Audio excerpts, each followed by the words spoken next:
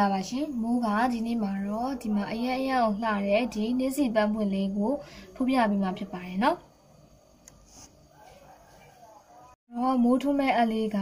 element size က 3.5 mm ဖြစ်ပါတယ်ပြီးတော့ထိုးမဲ့ချီလေးက mid cotton ချီနဲ့ထိုးမှာပါနော်ဒီမှာချီပန်းပွင့်လေးစပြီးထိုးဖို့အတွက်ဖွင့်ပြီးအခါ90ထိုးပါမယ်နော်1 3 4 5 6တော့ဖွင့်ပြီးအခါ90ထိုးပါမယ်နော်မိုးရိုးဒီမှာဒါဖွင့်ပြီးအခါ90ပေါ့နော်အခု90ထိုးပြီးသွားပြီဆိုလို့ရှိရင်အဲ့တော့ဒီချီထွက်နေတဲ့အပေါက်မဟုတ်ဘူးเนาะဒီအပေါက်ပေါ့ဒီနားနေစရင်ပဲ1 2 3 4ဒီ4ပေါက်မြောက်မှာတိုင်ရှည်တိုင်းထိုးပါမယ်4ပေါက်မြောက်မှာတိုင်ရှည်တိုင်းထိုးလိုက်ပါเนาะအဲ့တော့ဒီလိုလေးဖြစ်သွားတယ်လို့ရှိရင်ဖွင့်ပြီး4ကထိုးပါမယ်1 2 3 4ဖွင့်ပြီး4ကထိုးသွားပြီဆိုလို့ရှိရင်ဒီတိုင်ရှည်ထိုးထားတဲ့ဒီသူ့ရဲ့နောက်ကအပေါက်ထဲပဲเนาะကလေးရဲ့အပေါက်ထဲမှာပဲနောက်ထပ်တိုင်ရှည်တစ်တိုင်းထပ်ပြီးတော့ထိုးပါမယ်ပြီးလို့ရှိရင်ဒီမှာကြိုးလေးကိုရစ်လိုက်မယ်ရစ်ပြီးသွားပြီဆိုလို့ရှိရင်ဒီဆွမ်းဒီတိုင်ရှည်ထိုးထားတဲ့အပေါက်ကနေစယူမယ်1 2 3 4ဒီ4ပေါက်မြောက်မှာတိုင်ရှည်တစ်တိုင်းပြန်ထိုးမယ်ပြီးလို့ရှိရင်ဖွင့်ပြီးလေးကထိုးမယ်1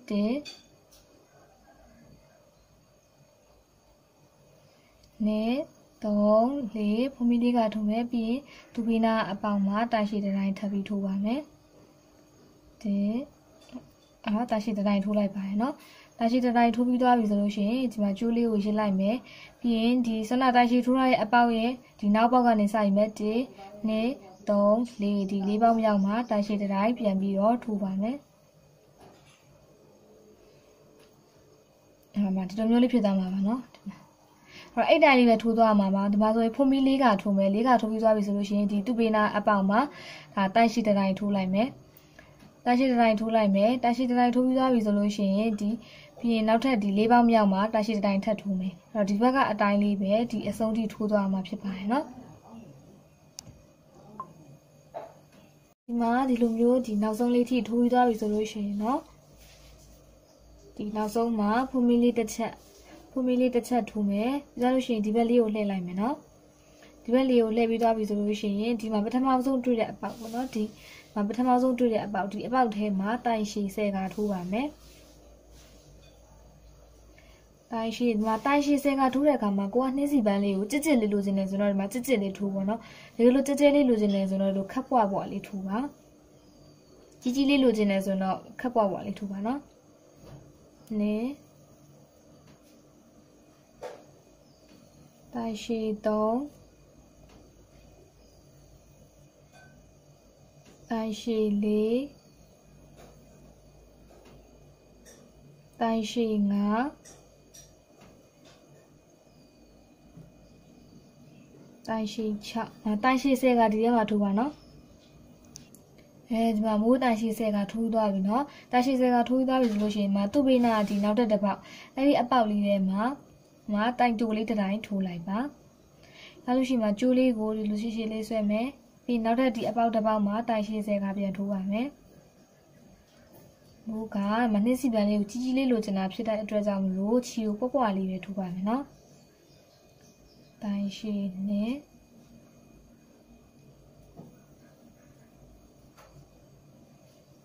တိုင်ရှည်3ဒီထဲမှာတိုင်ရှည်10ကထိုးလိုက်ပါနော်ဒီမိုးတိုင်ရှည်10ကထိုးသွားပြီနော်ထိုးသွားပြီဆိုလို့ရှိရင်ဒီမှာနောက်ထပ်တစ်ပေါက်မှာတိုင်တူလေးတစ်တိုင်းထပ်ပြီးတော့ထိုးလိုက်ပါပြီးချီလေးကိုရှည်ရှည်လေးဆွဲမယ်နောက်ထပ်တစ်ပေါက်မှာတိုင်ရှည်10ကထိုးပါမယ်တိုင်ရှည်1တိုင်ရှည်2တိုင်ရှည်3ဟောအဲ့တိုင်းလေးပဲပေါ့နော်ဒီတစ်ပေါက်ထဲမှာတိုင်ရှည်ဒီအပေါက်တစ်ပေါက်မှာ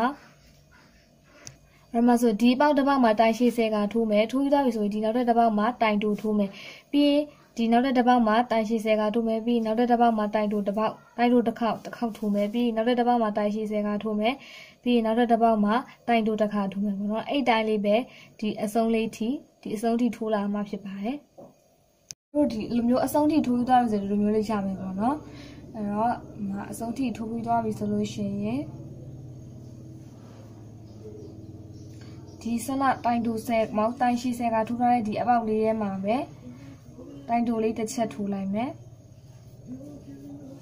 လို့ရှိရင်ဖုန်မီလေးတစ်ချက်ထိုးမယ်ဒီကျိုးကိုခက်ရှိရှိလေးဖြတ်လိုက်ပါနော်ကျိုးကိုခက်ရှိရှိလေးဖြတ်ထားလိုက်ပါ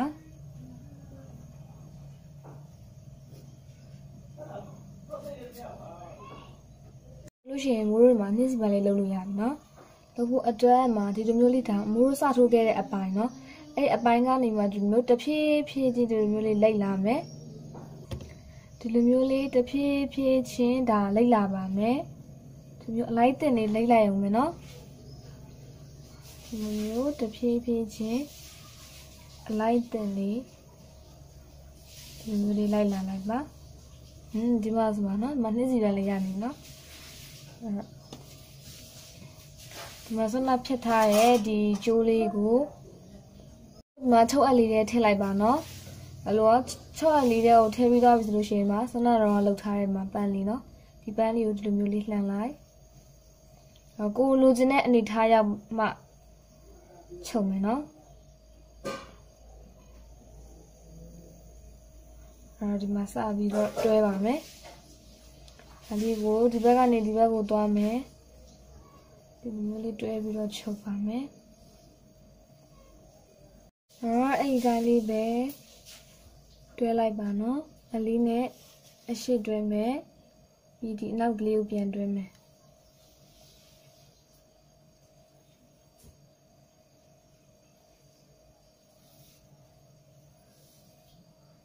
တွေ့ရှင်ခေါင်းစည်းကြိုးလေးနဲ့တွဲမှာမို့လို့ဒီလောက်ကြိုးအနေထားဒီလောက်နည်းနည်းရှိရှိလေးတော့ထားရအောင်နော်ကဲဒီမှာဒါဆိုပါနှိစီပွင့်လေးရသွားပြီနော်နှိစီပွင့်လေးပြီးပြီဆိုတော့အရွက်လေးထိုးပါမယ်အရွက်လေးထိုးဖို့အတွက်ဒီမှာချီအစိမ်းရောင်လေးကိုအသုံးပြုမယ်နော်ပြီးလို့ရှိရင်ဖွင့်မီ16ခါထိုးပါမယ်1 2 3 4 5ဖုန်မီ16ကထိုးပါမယ်နော်ဖုန်မီ16ကထိုးပြီးသွားပါပြီနော်ဖုန်မီ16ကထိုးပြီးသွားပြီဆိုလို့ရှိရင်ဒီချီထွက်နေတဲ့အပေါက်မဟုတ်ဘဲနဲ့သူ့ဘေးနားနောက်ထပ်တစ်ပေါက်ကိုလည်းကြော်မယ်ကြော်ပြီးတော့မှဒီအပေါက်မှာပေါ့နော်အဲ့ဒီအပေါက်မှာတိုင်တူတစ်တိုင်းထိုးပါမယ်တိုင်တူတစ်တိုင်းထိုးလိုက်ပါနော်တိုင်တူထိုးပြီးသွားပြီဆိုလို့ရှိရင်နောက်ထပ်တစ်ပေါက်မှာတိုင်လက်လေးတစ်တိုင်းထိုးပါမယ်နောက်ထပ်တစ်ပေါက်မှာတိုင်လက်လေးတစ်တိုင်းထိုးလိုက်ပါထိုးပြီးသွားပြီဆိုလို့ရှိရင်တော့နောက်ထပ်တစ်ပေါက်မှာတိုင်ရှည်လေးတစ်တိုင်းထပ်ပြီးတော့ထိုးပါမယ်တိုင်ရှည်တစ်တိုင်းထိုးပါမယ်ပြီးနောက်ထပ်တစ်ပေါက်မှာလည်းတိုင်ရှည်တစ်တိုင်းနဲ့ထပ်ပြီးတော့ထိုးပါမယ်ပြီးနောက်တစ်ပေါက်မှာလည်းတိုင်ရှည်တစ်တိုင်းနဲ့ထပ်ပြီးတော့ထိုးပါမယ်နော်တိုင်ရှည်တစ်တိုင်းနဲ့ထပ်ပြီးတော့ထိုးပါမယ်ပြီးသွားလို့ရှိရင်တော့နောက်ထပ်တစ်ပေါက်မှာတိုင်လက်မိုးတို့ဒီမှာတိုင်တိုလေးတစ်တိုင်းထပ်ပြီးထိုးမယ်တိုင်တိုထိုးပြီးသွားပြီဆိုရင်နောက်ထပ်တစ်ပေါက်ဒါဆိုတော့တိုင်လက်ထိုးလိုက်တာနော်တိုင်လက်ထိုးပြီးသွားပြီဆိုလို့ရှိရင်နောက်ထပ်တစ်ပေါက်မှာတိုင်တိုလေးတစ်တိုင်းထိုးလိုက်ပါမယ်ပြီးလို့ရှိရင်ဖုန်မီလေးတစ်ချက်ထိုးမယ်ဖုန်မီတစ်ချက်ထိုးပြီးသွားပြီဆိုလို့ရှိရင်ဒီမှာ skip chain 1ဖုန်မီတစ်ခုကိုကြော်မယ်နောက်ထပ်တစ်ပေါက်မှာတိုင်တိုလေးတစ်တိုင်းထပ်ပြီးတော့ထိုးလိုက်ပါနော်တိုင်တိုလေးထိုးပြီးသွားပြီဆိုလို့ရှိရင်နောက်ထပ်တစ်ပေါက်မှာတိုင်လက်လေးပြန်ထိုးပါတိုင်လက်ထိုးပြီးသွားပြီဆိုရင်နောက်ထပ်တစ်ပေါက်မှာတိုင်ရှည်ထိုးပါပြီးရင်နောက်ထပ်တစ်ပေါက်မှာလည်းတိုင်ရှည်ပဲထိုးပါနောက်ထပ်တစ်ပေါက်မှာလည်းတိုင်ရှည်ပဲထပ်ပြီးထိုးပါ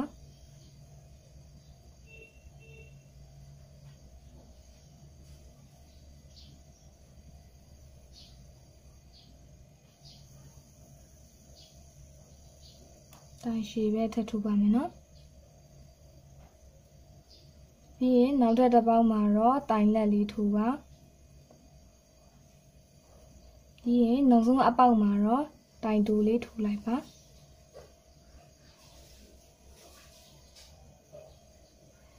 ဒီလိုမျိုးလေးဖြစ်သွားတယ်နော်ပြီးတော့လို့ရှိရင်ဒီဘက်လေးကိုလှည့်လိုက်မယ်ပြီးလို့ရှိရင်တိုင်တိုလေးတွေကိုတိုင်တိုလေးအပြည့်ထိုးပါမယ်ဒီထိတ်ကနေစပြီးထိုးမယ်တိုင်တိုဒီကနေစထိုးမယ်ဒီဘက်ဒီအစုံလေးထိအပြည့်ထိုးပါမယ်နော်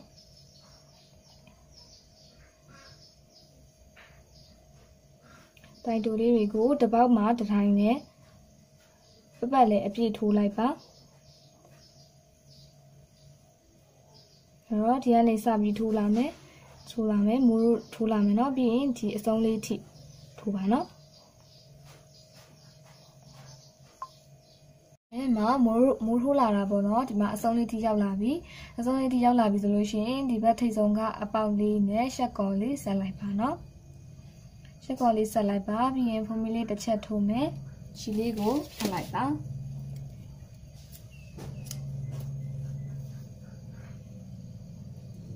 ပြီးတော့ချီလေးကိုအလေးနဲ့တင်လိုက်ပါနော်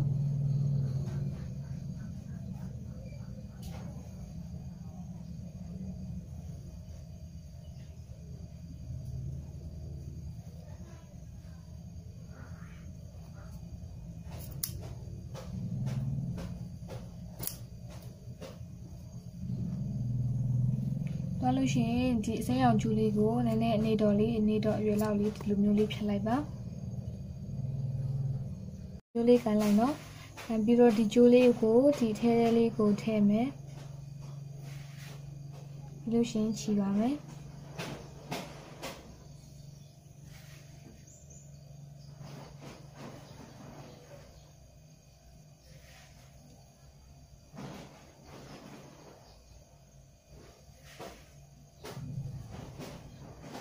ဒီလိုမျိုးခလေးကောင်တက်လေးပြောင်းချီနော်ပြီးကျိုးကို2ခါ3ခါလောက်ချီပါ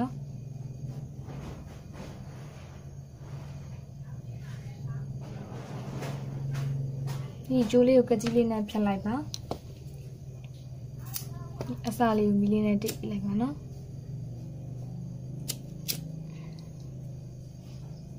ဒီမှာဒီလိုမျိုးအရွယ်လေးရပါပြီနော်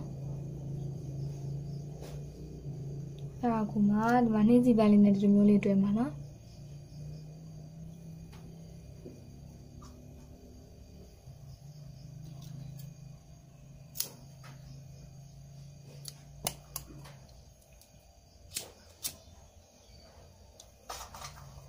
တွဲဖို့အတွက်ဒီမှာဆွမ်းနာကခြံထားတဲ့ဒီကြိုးလေးကိုအလေးနဲ့ထည့်မယ်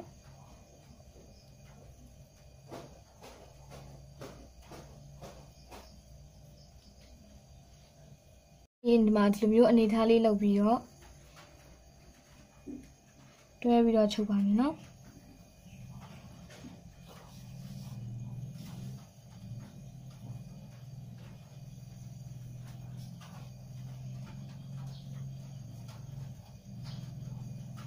ရိုင်းလေးပဲအခုမိုးလို့ပြတဲ့အတိုင်းလေးပဲတွဲပြီးတော့ချုပ်သွားလို့ရှင်ရပါတယ်